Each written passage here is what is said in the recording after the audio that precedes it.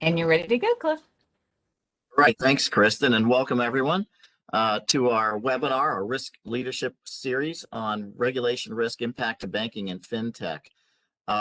First, I'd like to welcome our guest, Martha Cummings, a good friend and colleague of mine from Industry Days, as our guest today for this webinar on regulation risk impact to banking and fintech. Martha, just a little background on Martha's bio here. She's a global leader with extensive financial services expertise, including risk management, regulatory supervision, investment banking, and fintech. Martha is a member of the board of directors of Marqeta, a leader in digital payments. She established and built out an enterprise compliance function at Wells Fargo, leading a major transformation for the firm. While at the Federal Reserve, Martha was the senior supervisor for several large global banks.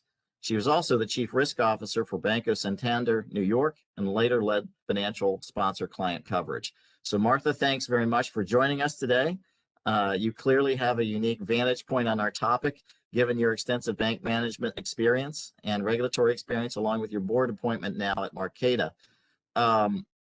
Let me talk a little bit about to kind of give everybody context for this, but the term fintech company seems like such a broad term these days and covers a multitude of different products and services provided by non-bank financial institutions, including such things as blockchain, cryptocurrencies, crowdfunding, virtual assets, robo-advising, consumer lending, and on I could go. Proponents of fintechs tout among their benefits easier and broader access to financial products, greater efficiency in product delivery, and lower cost. Now, the counter position on this holds that fintechs, due to their lack of a more stringent federal regulatory oversight compared with depositories, poses risks to markets, including operational risk, which we'll get into in a bit here, associated with unregulated platforms, potential market instability from new payment systems and products, and potential consumer harm in the form of fraud and predatory lending practices. So there's a counterpoint on both sides of these. So with that as our general background on fintech here, I'd like to kind of jump in to discuss how this affects markets, regulation, consumers, and fintech companies themselves from a risk management perspective. So I guess the first question I have for you, Martha, is as traditional banks have reacted to this new competitive threat by developing fintech capabilities, both organically or via partnerships or joint ventures these days with non-bank financial institutions, fintechs, if you will. From your perspective, how do you think about classifying these various types of institutions and associated activities for the purposes of regulation? Thanks, Cliff, and it's really nice to be here. I appreciate the opportunity. I also just wanted to mention that the opinions and remarks I'll make today are just my own, not necessarily those of any of the institutions or organizations that I am or have been affiliated with. So thank you. You know, you're right, it's a really broad category, and we kind of lump all sorts of different things into the word fintech. And it really varies in terms of thinking about regulation by what type of fintech it would be. So if you have a bank that has embedded, quote, fintech, you know, then that's regulated as a bank, and the bank is responsible for, you know, how that fintech or technology that's now embedded within their organization operates. Similarly, if they partner with a fintech, they're responsible for that activity as well. And third-party risk management is really critical as banks are looking at increasing their partnerships with fintechs. If you think about a digital bank, which can also be included in the word fintech, that's also regulated as a bank. If you think about other kinds of fintech, there are fintechs whose business model is dependent upon regulation. They're there to help the banks to comply with regulation. And so they need to understand what that regulation might be and how they can fit into it and how they can make the bank's ability to comply more efficient, more effective, et cetera. And then I think an area that really deserves some consideration among the fintech population is those that exist with, as they would say, a bank in the stack. So they are not a bank, and in many cases they strive to continue to not be classified as a bank. But they do need to be mindful of what regulation is on the banks that they are working with and how that impacts the products and the platforms that they develop. And in my view, to the extent possible, build that kind of compliance ability into the platform and into the technology. And then additionally, to be aware, as you mentioned, is there any potential consumer harm? Where within the ecosystem that they are taking a piece of, could there potentially be consumer harm, and address that as well? Interesting. And I was remiss at the top of the hour here and let our attendees know that if they have questions that they would like to submit to Martha or myself, to please do so either by the chat or via the Q&A tab there on your screen. So I'll pick those up, and later on we'll be able to kind of walk through some of that Q&A with you. To pick up on that theme here, I saw a GAO study on fintech regulation not too long ago, and it was talking about classifying. It's such a dysphoria out there of different types of institutions, right? When you think about it, you've got these consumer lending, person-to-person platforms that are out there. We're going to get into a little bit of this around the AI and machine learning here, aspects of it in a second. Direct lenders, right? The SoFis of the world. Payments and distributed ledger technologies with blockchain seem to be like all the rage these days, both in terms of like how those are being used as platforms for secure transactions as well as for investing, right? So you see what's going on with Bitcoin these days, and there's some aspects of that we can also get into. Money transfer, personal financial advising, right? So you look at the Personal Capitals and the Betterments of the world, and very different. Crowdfunding and other kinds of consumer banking and insurance products that are out there. I mean, it's so large, it seems, to try to get your arms around it from a regulatory perspective. It's probably no question, or no surprise rather, that you see the federal regulatory community trying to kind of get their arms around something as diffuse as this industry. And you mentioned these risks. It sounds like from what you're saying here that these categories kind of bring their own unique types of risks with them, that each company is going to have to maybe take a more customized approach to how they deal with this. Is that maybe a takeaway from what you're saying here? Yeah, I think it is. It's what is your market? What is your line of business? And as you just mentioned, there are so many different types of fintechs out there doing different aspects of financial services. And I think that's an important element of it. I can't think of one that is a sort of one-stop shop like a bank is. And so that part of the strategy, I think, of many of the fintechs has been to attack a certain type of business, or to make a certain type of business more efficient. And by doing that, they're able to deploy technology in a way that a bank is much less able to do, because of their legacy technology stacks, and because of their size and their scale and their breadth. But it really doesn't mean that you don't have to think about some of the things that regulators are concerned about if you're in that line of business. Again, if you're lending to consumers, you need to be thinking about potential harm to the consumers, regardless of whether you're a bank or not.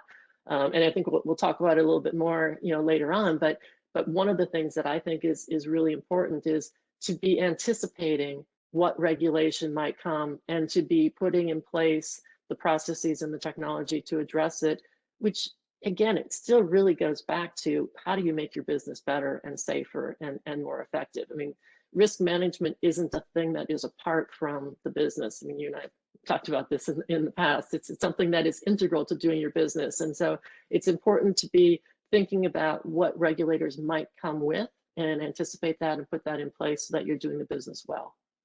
Well, it does say a lot, and I'll just make the comment or observation for Marqeta to select someone that has an extensive risk management background, to put them on the board of directors. That to me seems like the right kind of governance thing to do. We're going to get into governance a little later, but that speaks volumes to me, at least in terms of having people. I've always railed about this, even for like traditional banks, right? For some of the big SIFIs that have kind of stepped into it in recent years, to make sure that those board members that are there on the risk committees, particularly of those large banks, have the background to ask the right questions and to engage in the credible challenge, as we say, around these things. So happy to see that.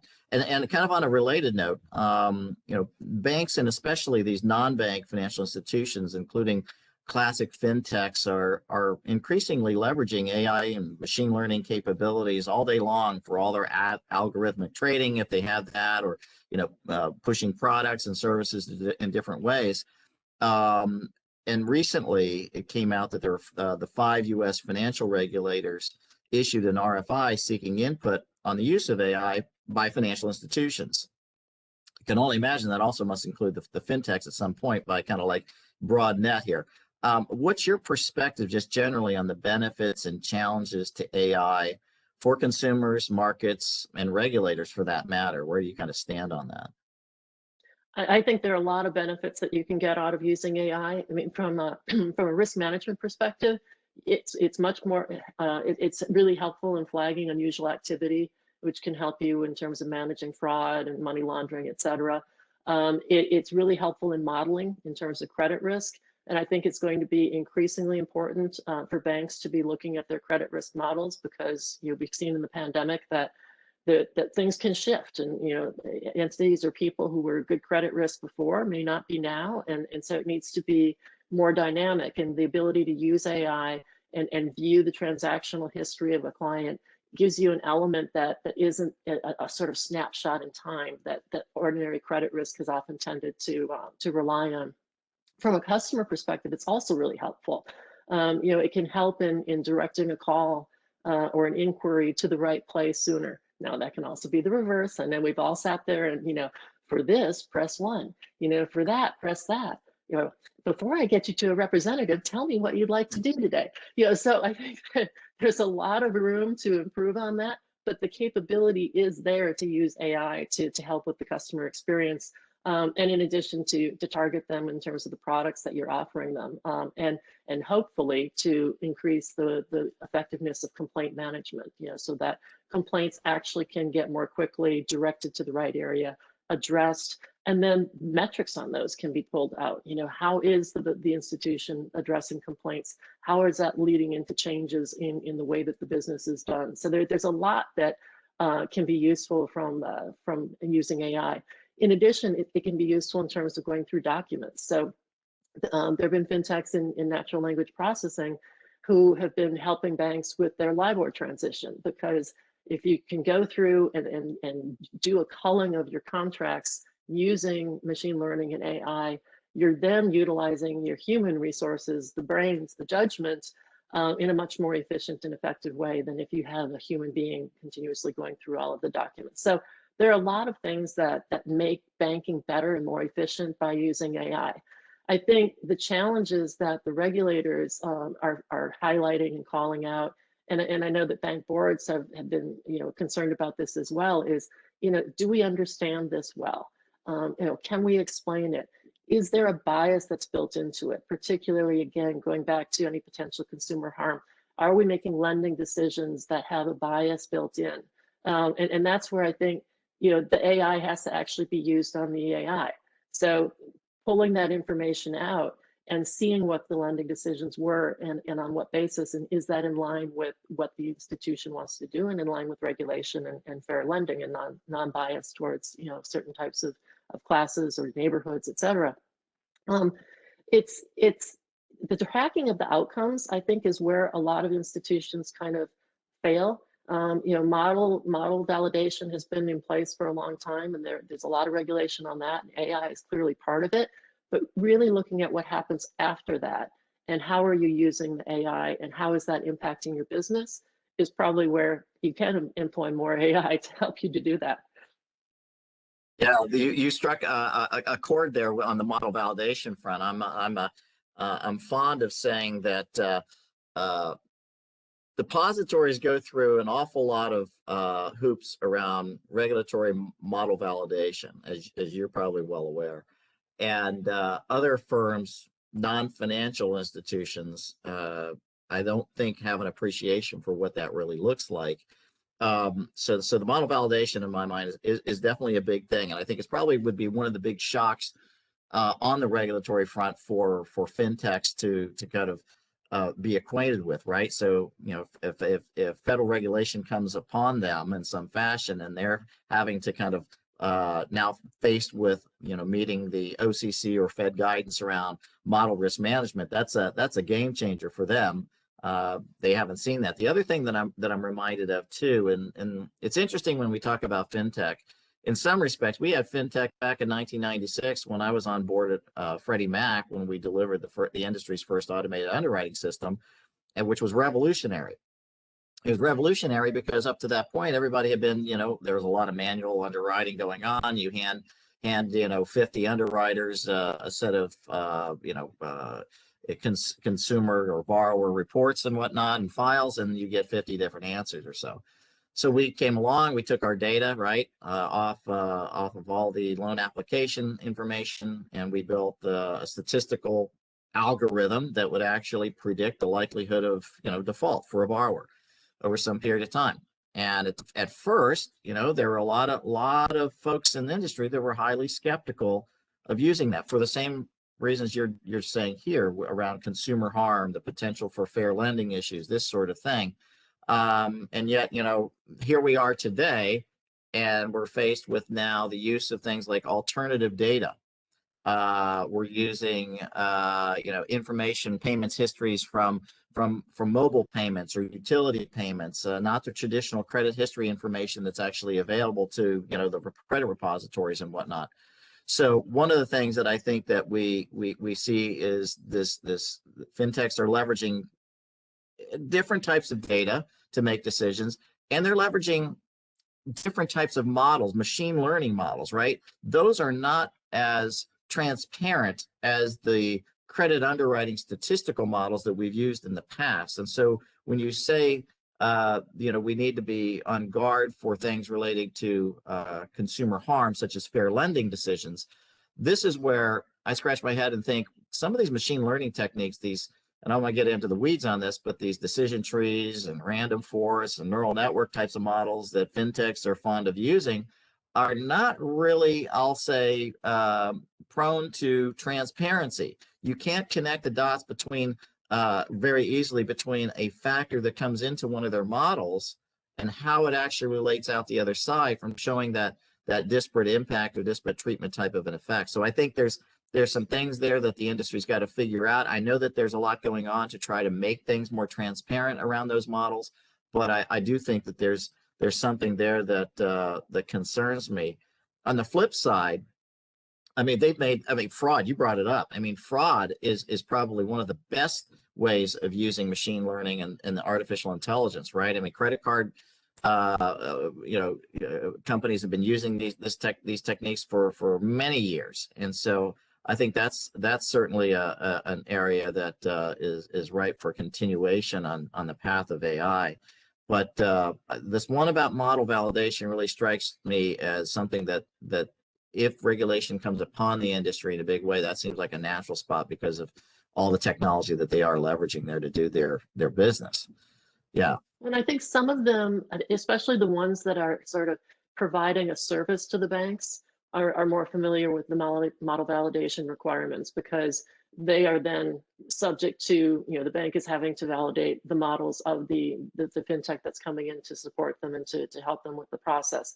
But I agree, if you're talking about the fintechs that are standalone and providing some type of service to, especially to a consumer, it's, I think, going to be really under much more scrutiny by the regulators, for a lot of reasons. The new administration, the pandemic and the impact of the pandemic, social movements that we've seen, all of that, I think, has accelerated the attention and intensified the attention on, is there a potential harm to the consumer?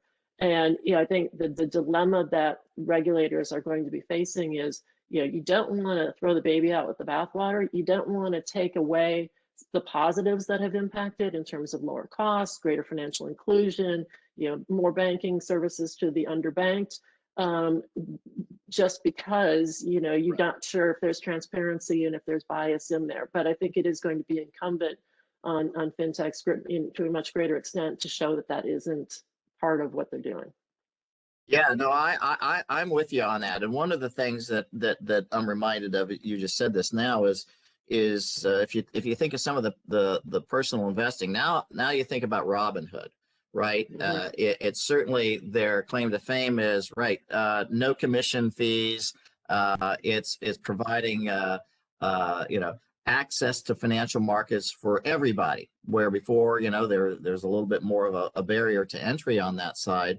The flip side of this, and back to kind of models and AI for a bit, is their use of so-called nudge theory, right? So if you've got one of these, Fitbits and whatnot, right, you'll get the little, fireworks that come out and sprinkle when you walk so long and so forth.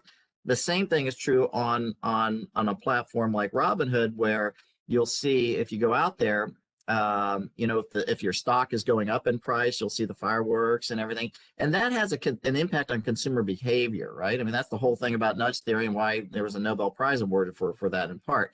And so I think we have to be careful about how, you know, investment advice, gets back to categorization of these fintechs, different from the consumer lending side, but nonetheless, the use of technologies and these applications to encourage behavior or drive behavior in a certain way is something that I think the regulatory community, the CFPB, for example, might have to take on. Having said that, again, I'm a big believer in smart regulation, not just regulation because, we've got a new entrant here and we need to scrutinize them and spend a lot more time with them. But there are good reasons why we need to kind of focus attention on this. So there's good aspects and bad, and that's probably why we haven't seen a definitive position come out on this at this point. But it's certainly an important one that's there. I do want to ask you this question as a follow-up. What do you see as the biggest threats or risks to fintech today? I mean, if you're sitting out there, on a board for one of these, but just in general, from an industry landscape standpoint, what are those biggest threats or risks that fintech should be keeping their eyes on?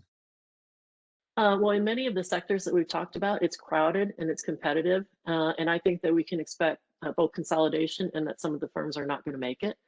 If you think about things like, I don't know, I must have been contacted by people for various reasons about payroll apps. One in Brazil, another one in the Caribbean, another one in Europe. A bunch of them in the U.S. It doesn't make sense that there would be viable companies in specific countries and for specific types of companies, et cetera, doing payroll or doing expense management or doing various different things. So I think you're going to see a shaking out of the industry because it's relatively easy to start up one of these companies. It's really hard to make it successful and to scale it and to make it grow. And I think that's one of the issues that a lot of these companies face is they may be a one-trick pony. They may have come out, especially if they're, using their technology to help a bank to do something to solve a problem. They often struggle to get to what that next area of growth is going to be. And sometimes it turns out that it's a technology that's searching for a problem. And that is not really a good place to be. So I think, the competitive nature, the difficulty of scaling, growing pains, how do you go from being a company of 5 or 10 to being a company of 50 or 60 to being a company of 500? And what does that mean in terms of the kind of people that you need and the kind of leadership that you need and your strategy and your processes and your controls and all of that boring stuff that comes with getting bigger. And again, it comes with the potential for greater regulation as you become a more important player in the whole financial system. And then I think for the ones that are providing technology to banks, one of the roadblocks is banks' own processes and mentality. There's a fair amount in my experience of not invented here syndrome in banks that, if we didn't come up with it, and we are obviously the smartest people on the planet, it must not be very good. You have often weird incentives for bank IT departments that, if they don't use their budget, they don't get their budget. Their bonus is based on their budget. Their bonus is based on what they build and implement, and not necessarily is it the best, most cost-effective, most efficient solution for the bank. Banks still tend to be quite siloed, and so a fintech can have success in one line of business with the bank and one particular solution or platform, and then another side of the bank has no idea who they are. And they're basically starting from scratch in terms of their marketing, as if they had never been in the bank before. And again, going back to third-party risk, banks have, long processes for approval. The cultures are completely different. And so if a fintech can't understand how a bank operates, and they're looking to have a bank as a customer or as a partner. It can be very difficult to get that business and to keep that business and to expand the business that they're doing with banks. So it's not an easy game, at least not to really scale and to continue to grow and be viable. Yeah, and we're really talking largely about these risks as being on the, the non-financial side, right? For the most part, really a lot of operational risk, technology failure potential, right? Systems risk, that sort of thing, along with the people side too, I guess. Cyber, right? And I spent a lot of time on the banking side on kind of redoubling efforts around, thwarting various cyber security intrusions and things of that nature. Network security and data breaches are again, it could happen there. Just to say, but your point about third-party risk is an interesting one, because I think that's one that almost feels like it gets treated as kind of like a secondary risk, but it's a huge one, and I don't think risk managers in particular give it enough focus. Some banks do, I guess, but that seems to me to be one that everybody ought to be thinking about when we're thinking about these JVs or these partnerships that we're engaging in with these companies. So that's a good point. And as we're talking about this, from on the regulatory front, right? Are they in a good position to take on, a very different business model? Yes and no. Different business model and approach to banking than what they've been dealing with for the past 150 years or whatever. I mean, what's your perspective, on that front for just the regulatory community? Well, I think they're in a pretty good position. I think it clearly can be improved. I think there's been a lot of improvement over the last, say 3 to 5 years in terms of how regulators are approaching it. You've seen the FCA in the UK, put out the sandbox. The OCC has taken some actions here in the US. The San Francisco Fed has been more involved in fintech. The Boston Fed is working on a potential digital currency with MIT. So I think there's a recognition that that the world of financial services is changing and has changed, and I think there's a lot of learning that's been going on and needs to continue to go on. Some of the core supervisory capabilities that you need are still the same. You need people who understand banking. You need people who understand technology. You need people who understand cyber. It's hard to find good people in those, and I think sometimes the regulators struggle to have the retention of people who have these skills and these capabilities, and have a variety of different opportunities.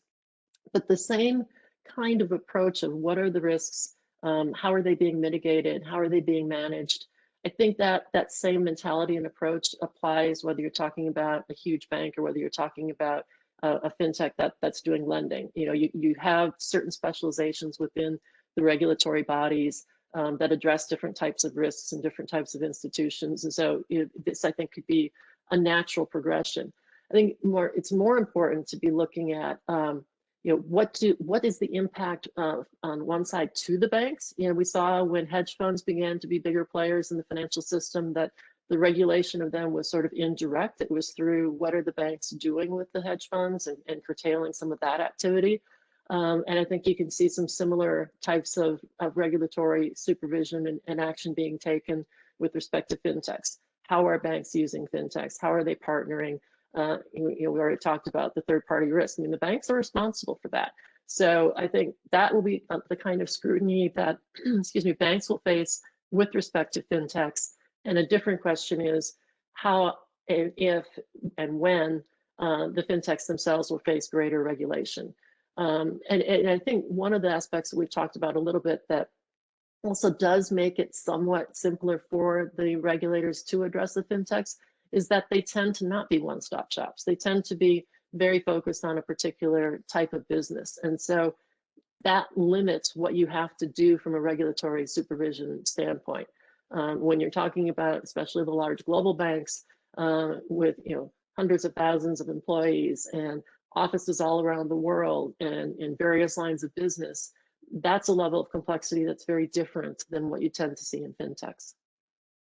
Yeah, I'm thinking that, and I don't want to disparage my banking industry brethren and sisters out there, but I would say that that historically banks have not been great at technology adoption. Now, I'm going to get a lot of hate mail on this, but I'm saying at the grand level, at the aggregate level, right? And people are going to say, wait a second, the ATMs and all this other stuff.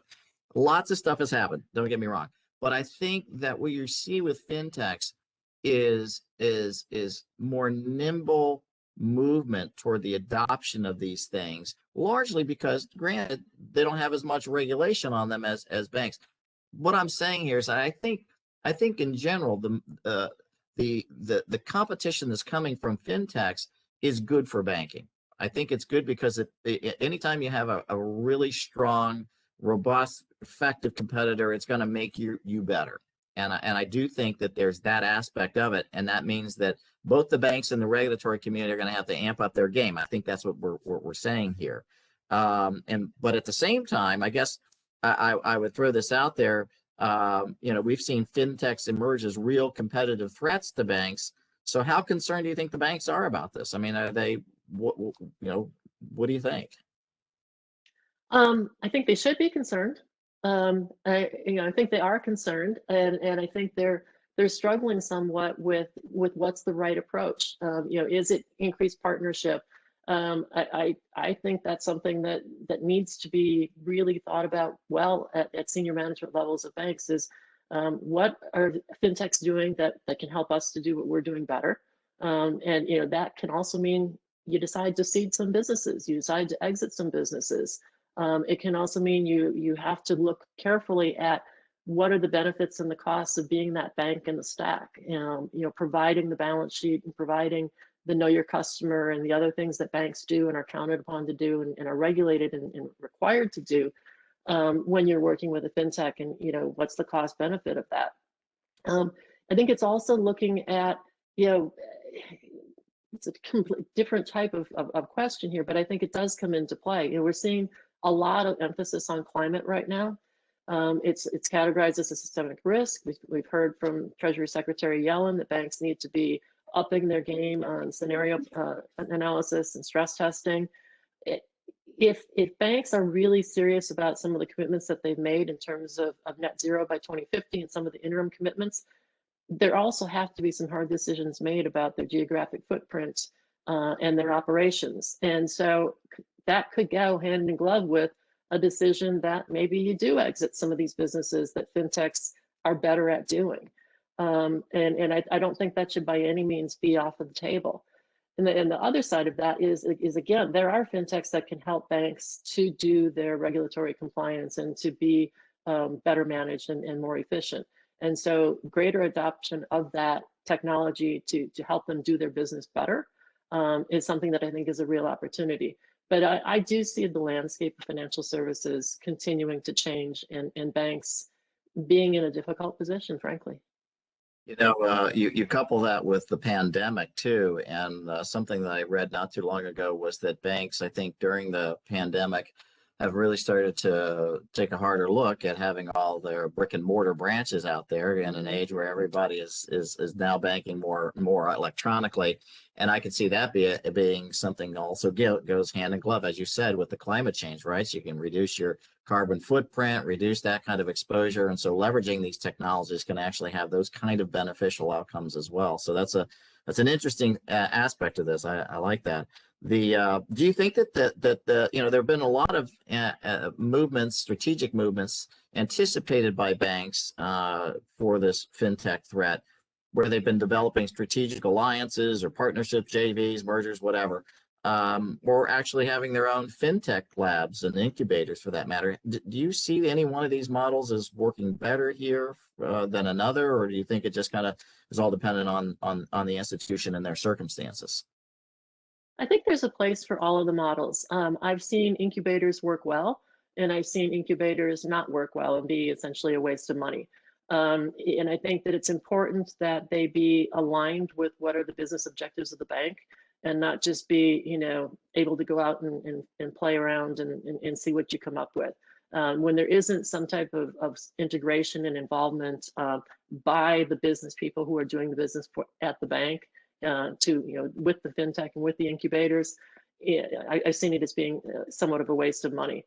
when there is mentoring and alignment, and there's a sort of prioritization of what kinds of things the incubator is going to work on in terms of what the priorities of the bank are, yeah, I've seen that to work out better.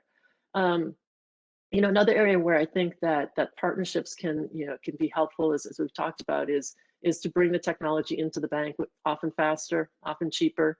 And again, banks need to be, in my view, more open to that, and to be taking advantage of what there are, in terms of technologies out there.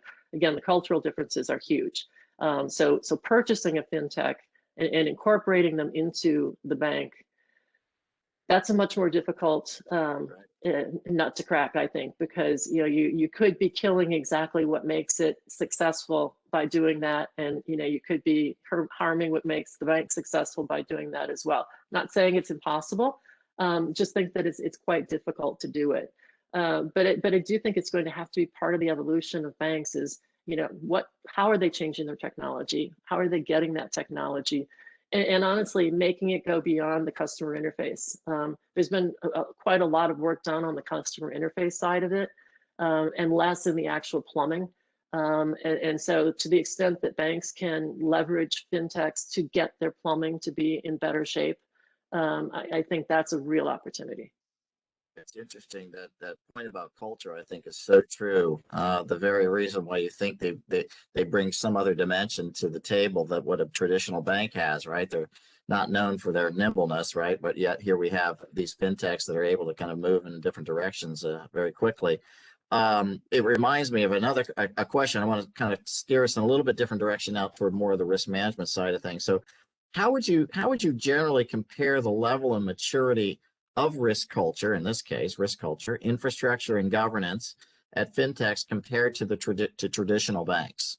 How would you size that up? I would say it really depends on various factors. First of all, what type of business the fintech is in. Are they a provider to banks of technology? Are they, doing business with consumers or small businesses, et cetera? And what's their scale?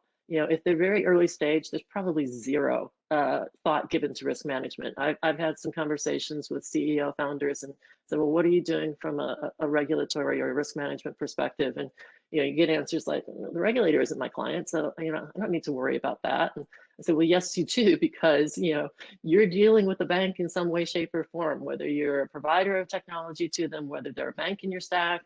At some point, you have to be thinking about, or mindful anyway, of how you need to be thinking about what is the requirement on the bank that is somewhere within your ecosystem. It also tends to, in my view, depend on whether it's fin-led or tech-led. And by that, I mean, if it's fin-led, it's generally a kind of company that has people who have been in the industry as part of its leadership team, probably has a clearer vision of what it is and what its mission is. Again, whether that's to provide a service to customers directly, whether that's to be between a bank and customers, whether that's to be servicing a bank. And so there's sort of some institutional knowledge there, and that with that generally goes an awareness of risk management and regulation. If it's tech-led, which is, we've got this fantastic product and it can solve every problem in the world, there tends to not be, at least in the earlier stages, until they either bump up against some things or bring in some people who have that experience, there tends to not be a very good awareness of what the risks might be, what the regulatory environment might be, and definitely the stage. If they're really looking to scale, if they've shown some success in different areas of their business, they've shown that they're not a one-trick pony, and they really are a viable company, then risk and regulation start to be much more front of mind, because again, they've bumped into it and they know that it's an integral part of what will be their eventual success. And that can include their eventual exit and financing strategy, whether that's a sale, whether that's an IPO, et cetera. Those kinds of developmental milestones tend to bring on a little more thinking about what the risks might be and what potential regulation might be. It's interesting. What suggestions do you have for fintechs that are looking to build or enhance their risk management functions for those organizations? What do what do you say to these folks? I'll bring in some people with experience and few gray hairs. Um, Or people no who hair? people who've had some, been through some cycles, been through some crises, have sort of seen this movie before in some way, shape, or form. And, will, as you talked about before, ask difficult questions, provide credible challenge, have, the capability to think in somewhat of a different way. But I would also say to get ahead of what regulation might be. Be listening to regulatory speeches, being aware of what's in the media, being, in the know of what kind of the currents are. Definitely don't wait until you're subject to regulation, but be putting in place what might be good responses to a potential regulation much earlier on. And be thinking about it through the lens of how do I make my business better? How do I, avoid getting into any kind of a regulatory jam? How do I protect the customers that I have? And even if they're not my customers, going back to the focus on consumers, just because a fintech isn't directly dealing with the consumer doesn't mean that they're not subject to scrutiny, because I do think that wherever within the ecosystem there is consumer harm, it'll be traced back, and all will be punished. Absolutely. I mean, if you look at, I'm reminded of I can't remember when this happened. It was recent, where after one of the congressional hearings with the big tech companies, I'd heard that one of them went back and hired a CRO. So I thought that was kind of interesting, to your point, that you need to be proactive about these things, that risk is out there, and it only takes one misstep, as we know from the banking side, for you to get unwarranted attention. So when I think about that risk management, advice, I'm reminded too, the governance thing speaks volumes to me, right? The tone from the top. If you don't have any of that, if your board isn't at least somewhat sensitized to making sure that, there's the balancing act, right? You want to be nimble, you want to be first to market, you want to be out there and with your technology, but and this aspect of fin versus tech side, where do you come from first?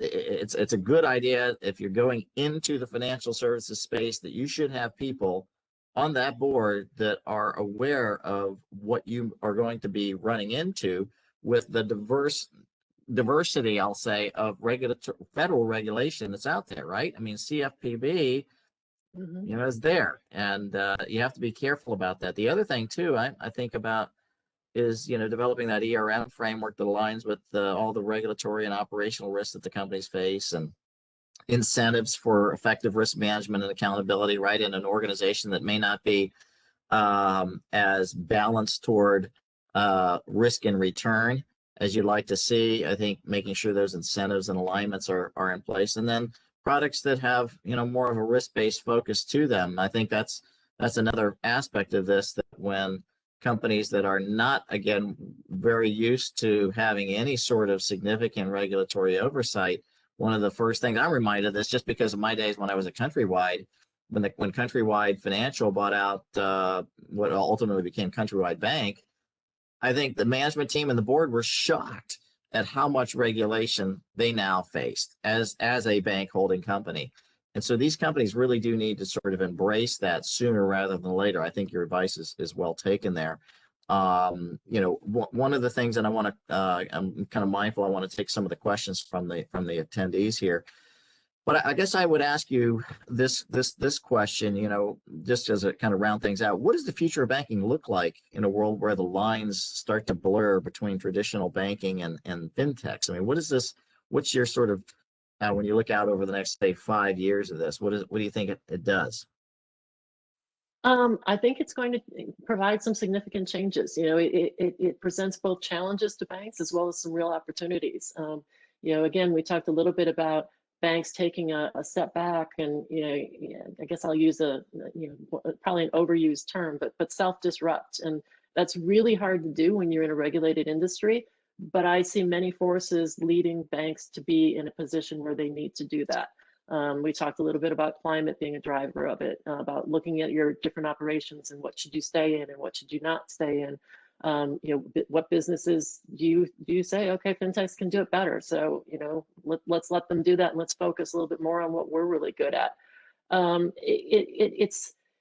Partnering can be a big help, I think. It can allow them to be more nimble, especially as they work to get their interior plumbing and technology into a better place.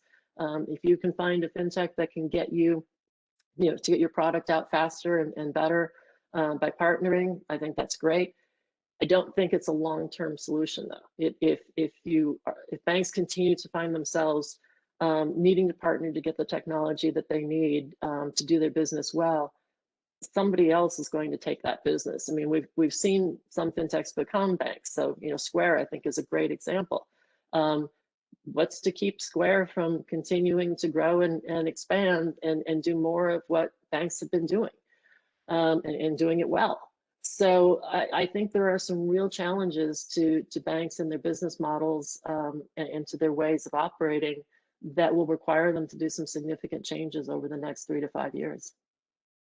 Yeah, I'm hopeful that, the banks, I think, particularly the big banks, struggle from a technology standpoint. That I'm hoping that maybe with, this competition coming from fintech or on us today will help, elevate their and strengthen their focus on technology within. I think of, my own former company, Citigroup, and some of the issues that they've encountered recently, right, with their risk management systems. And I think that maybe with greater focus and attention on these capabilities, maybe that will help indirectly in other spaces beyond what we're just seeing too. So in other words, maybe the increased competition from fintech could lead to more indirect improvement by way of banks having to take on the challenge of building up their own technology capabilities to become faster and more efficient around processing and transactions and all that stuff, where in the past they've kind of have kind of had a number of missteps, and some of that's because of I talk a lot about this, the lack of integration when mergers and acquisitions take place. Then the last thing that people think about are the back end systems that they have to kind of integrate and talk to each other. But anyway, that's an interesting thing. Yeah. So one thing that I would just add on that too is, a long time ago, I talked to, when I was speaking at a conference, I said, are we going to see where essentially it's just the brand and the name of a bank that remains, and it's basically everything else is some new company, new fintech? And I think the brand equity of banks is deteriorating as well, and that there is increasing brand equity in some of the new startups. And I don't think banks are at serious risk of losing existing customers because it's a pain, it's rather sticky. New customers, though, I think, are increasingly going to alternatives. And I think another place to watch is community banks. And there are community banks who are actively seeking out fintechs to essentially, mold into and become a fintech. And so, you're using that bank's balance sheet and KYC and other types of capabilities in a completely different way. And I think that's something that's likely to get more scrutiny from the regulators as well. Yeah, that's an interesting point on the community bank side. One of the things I've often thought about, somewhat related in a tangential way, is the inability of community banks to be able to leverage or harness data and analytics for their own businesses. I think they've been, cast aside in some respects because they don't have, right, the resources, the ability to kind of do the same kind of things that you just see at the bigger banks on the modeling front, right? The automated underwriting systems and whatnot. So over the years, you've seen them, where before they could kind of sell their loans directly to, let's say, a GSE, if it's mortgages or what have you, they now wind up being,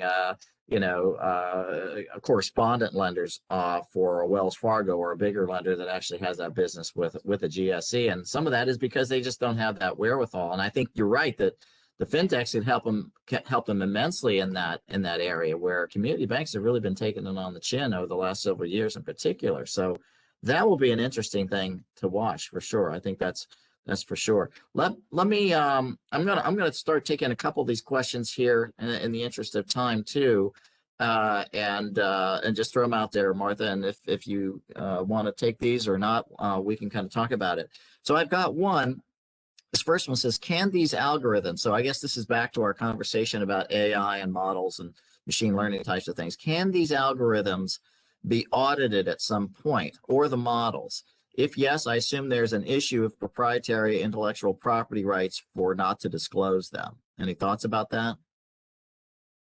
Um, Not my area of expertise, but I do think that, as we talked about a little bit earlier, just from experience, there are model validation requirements in place at banks. And so if they're going to be using an outside fintech provider and it's deemed to be a model, it has to go through validation. And I would imagine, yes, that there would be, non-disclosures on that so that there isn't replication.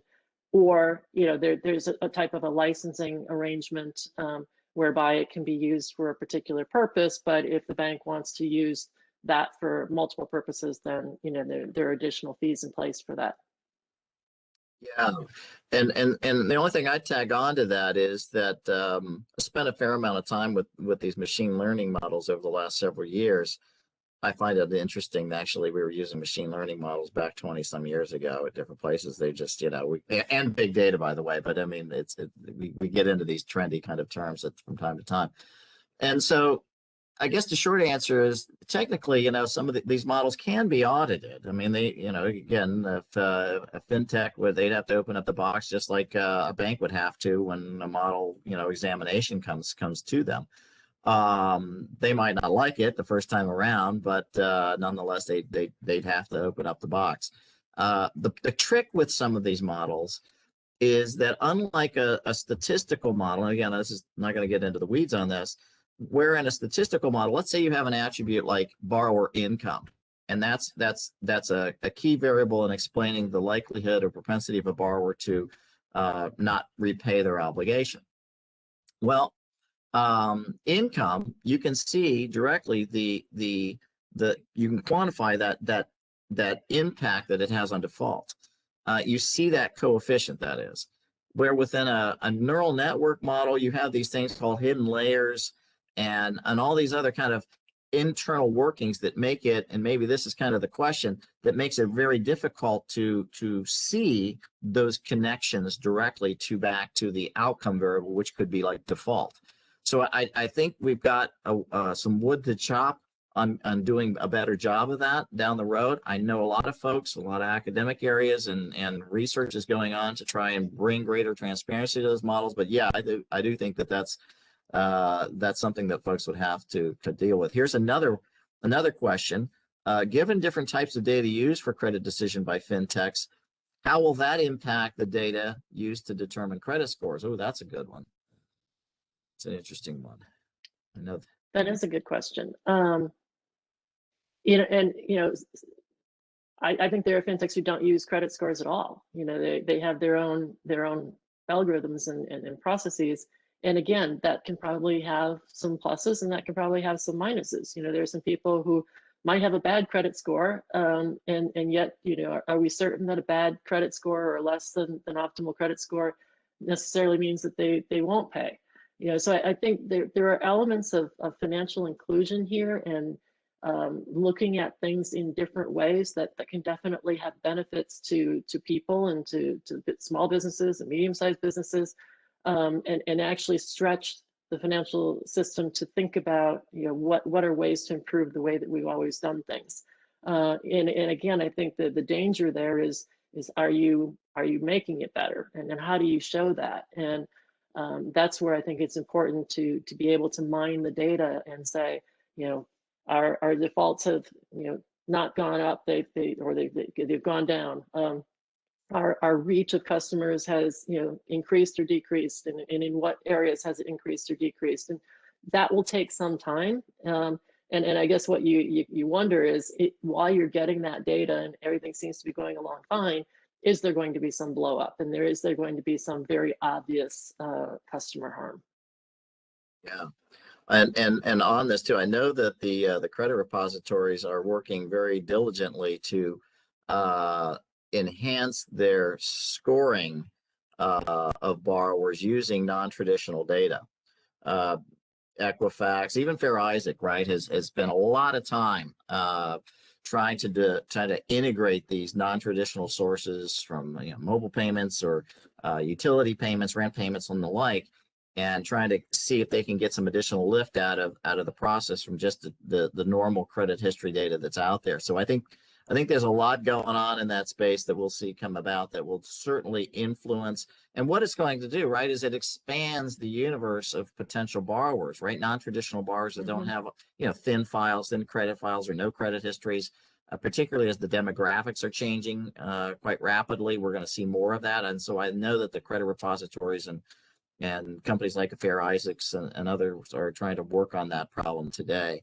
I'm going to take this last question in the interest of time. It says, are there types of fintechs that could pose an existential threat to the large banks? And what about smaller banks? Since we are on this topic of community banks, what do you think about that question? Well, I have a bias that I'll confess to, is that for a long time I've been wondering how the community banks survive, and actually the number of them is going down, and there's been greater consolidation of banks within the U.S. for sure. I think it's definitely a threat, but also potentially a lifeline for some of these community banks, and I think in two different ways. So, or three, but really, if you look at the fintechs who are making technology that makes the banks more efficient and better at compliance and so on, to the extent that they can make that sort of readily available at a lower cost, sort of a mass product rather than a tailored one, that community banks and smaller banks can take up and make their operations more efficient. I think that's a real opportunity and potential lifeline for the smaller banks. We talked earlier about community banks either wanting to become a fintech, and there are actually companies that are sort of like matchmakers in that, and do a lot of the third-party risk and so on. That's another opportunity for them. I think they are at risk, though, particularly in some of the bread and butter type of business that the smaller banks tend to do. Again, fintechs have shown to be really pretty good at single elements of financial services. For the larger banks, yeah, like we talked about, I think there are some places where they might want to think about curtailing what they do or exiting because fintechs are simply better at it. Is that an existential threat? I don't think so. I think it means that it might be an existential threat for some of their lines of business, for some of their geographies, for some of the ways that they do things. It will definitely change the large banks. I do think that there's writing on the wall that there does need to be change there. I don't think it means that they will become extinct yet, anyway. Well, thanks, Martha, for those perspectives. And I think we're at the top of the hour or near it. And so I want to thank you for all of us on behalf of CFP and CEBA International. I see Rob has joined us. Thank you very much, Rob.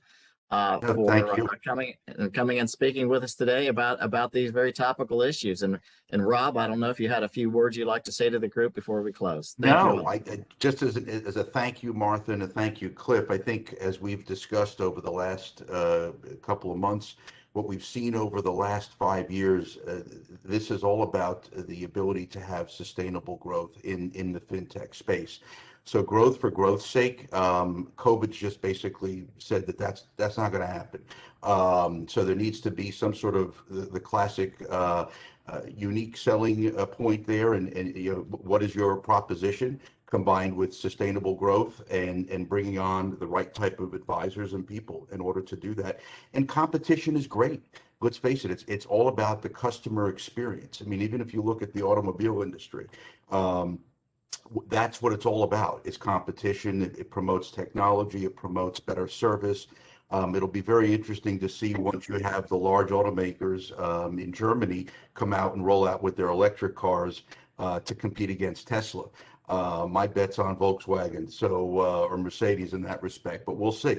But in the interim, thank you very much, and we're grateful for your time and insight there on both ends. Thank you. Thank you.